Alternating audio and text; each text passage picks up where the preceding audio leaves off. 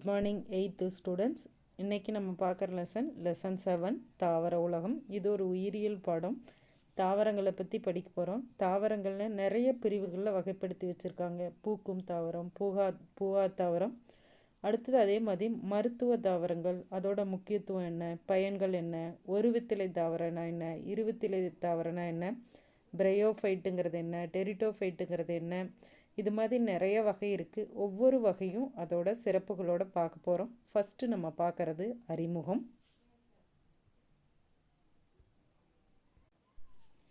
அறிமுகம் பாருங்க. இந்த உலகில் உள்ள அனைத்து உயிரினங்களும் அமைப்பு, வளரியல்பு, வாழிடம், உணவு உட்கொள்ளும் முறை மற்றும் உடற்செயலியல் ஆகியவற்றில் ஒரு வகை உயிரினத்திலிருந்து மற்றொரு வகை வேறுபட்டிருக்கிறது. ஏறத்தாழ 8.7 மில்லியன் உயிரினங்கள் இந்த உலகத்தில் உள்ளன. அவற்றில் 6.5 மில்லியன் உயிரினங்கள் நிலத்திலும் 2.2 மில்லியன் உயிரினங்கள் நீரிலும் வாழ்கின்றன.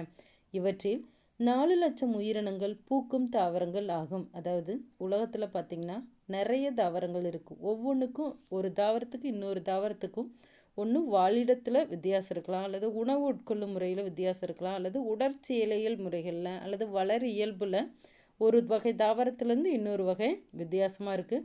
இந்த பூமியில் பார்த்திங்கன்னா எத்தனை தாவரங்கள் இருக்குது அப்படின்னா 8.7 மில்லியன் உயிரினங்கள் இருக்குது. அதில் பார்த்திங்கன்னா 6.5 மில்லியன் உயிரினங்கள் நிலத்தில் இருக்குது, 2.2 பார்த்திங்கன்னா நீரில் இருக்குது. அதில் பூக்கும் தாவரம் எத்தனைனா 4 லட்சம். கவனிங்க, அவற்றின் ஒற்றுமை மற்றும் வேற்றுமை அடிப்படையில் பல்வேறு இனங்களாக பிரிக்கலாம். இவற்றில் தாவர உலகம் 5 பிரிவுகளாக பிரிக்கப்பட்டுள்ளது. இது ஒரு இம்பார்ட்டன்ட் கொஸ்டின். தாவர உலகத்தோட பிரிவுகள் எத்தனை வகையாக பிரித்து வச்சுருக்காங்க அப்படின்னா தாலோஃபைட்டா, பிரையோஃபைட்டா, டெரிட்டோஃபைட்டா, ஜிம்னோஸ்போம், ஆஞ்சியோஸ்போம் என்பவை ஆகும். அப்போ தாவர உலகத்தில் இருக்கக்கூடிய 5 பிரிவுகள் என்னென்ன? Thallophyta, bryophyta, pteridophyta, gymnosperm, angiosperm. இந்த 5 தான் தாவர உலகத்தில் இருக்கக்கூடிய 5 பிரிவுகள். நெக்ஸ்ட் பாருங்க, வகைப்பாட்டியல். அடுத்தது டாக்ஸானமி அப்படின்னு என்னன்னு பாருங்க. உயிரினங்களை அடையாளம் காணுதல், வகைப்படுத்துதல், அவற்றை பற்றி விளக்குதல், பெயரிடுதல் ஆகியவற்றை உள்ளடக்கியது வகைப்பாட்டியல் என்னும் உயிரியல் பிரிவாகும். இம்பார்ட்டன் ஒன்று, உயிரியல் ஒரு பிரிவு தான் இந்த டாக்ஸானமி. வகைப்பாட்டியல் அப்படின்னா என்ன அப்படின்னா இது ஒரு இம்பார்ட்டன்ட் கொஸ்டின். அதாவது உயிரினங்களை ஐடென்டிஃபை பண்ணுறது, அடையாளம் கண்டுபிடிக்கிறது, எந்த பிரிவு கீழே வகைப்படுத்தி வச்சுருக்காங்கன்னு தெரிஞ்சுக்கிறது, அதை பற்றி அதோட பெயர் என்னன்னு தெரிஞ்சுக்கிறது, இதையெல்லாம் சொல்கிற உயிரியல் பிரிவுக்கு பேர் வகைப்பாட்டியல். வகைப்பாட்டியல் என்னும் சொல், அதாவது டாக்ஸானமி என்னும் சொல் டாக்சிஸ், நோமஸ் என்னும் 2 கிரேக்க சொல்லின் கூட்டு வடிவம் ஆகும். டாக்சிஸ் என்னும் சொல்லுக்கு வகைப்படுத்துதல் என்பதும் நோமஸ் என்னும் சொல்லுக்கு விதிகள் என்பதும் பொருள். அதாவது டாக்ஸானமி அப்படிங்கிறது பார்த்திங்கன்னா ஒரு கிரேக்க சொல்லிலிருந்து வரக்கூடியது. டாக்சிஸ், நோமஸ் 2 சொல்லு. டாக்சிஸ்னா வகைப்படுத்துதல், நோமஸ்னா விதிகள்னு பேர்.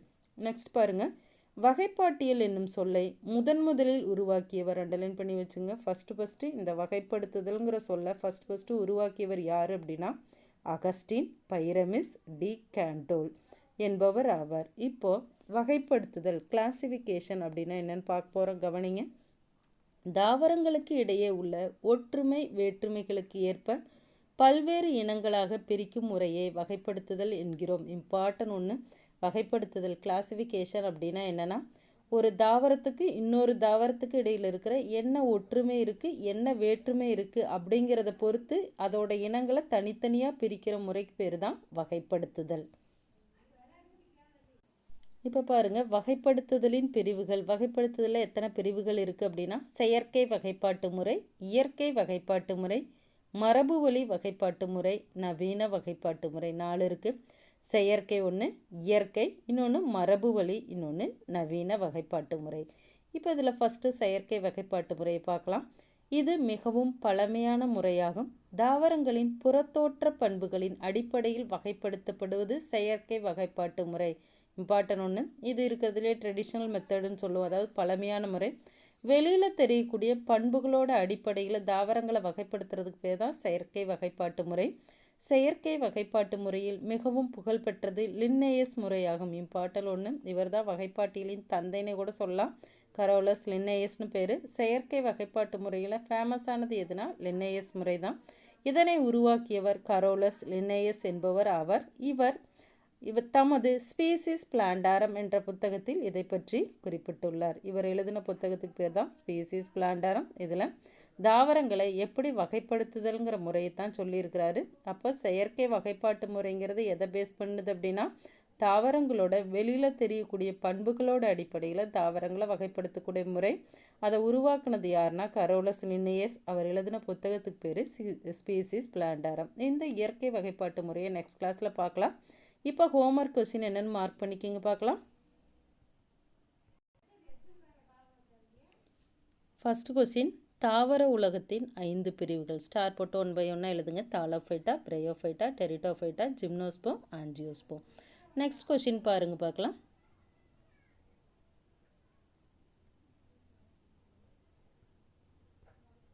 நெக்ஸ்ட் கொஸ்டின், வகைப்பாட்டியல் என்ற வரையறு. இது வரைக்கும் ஆகும் வரைக்கும் வகைப்பாட்டியல். அடுத்தது பாருங்க, வகைப்படுத்துதல் அப்படின்னா என்னன்னா,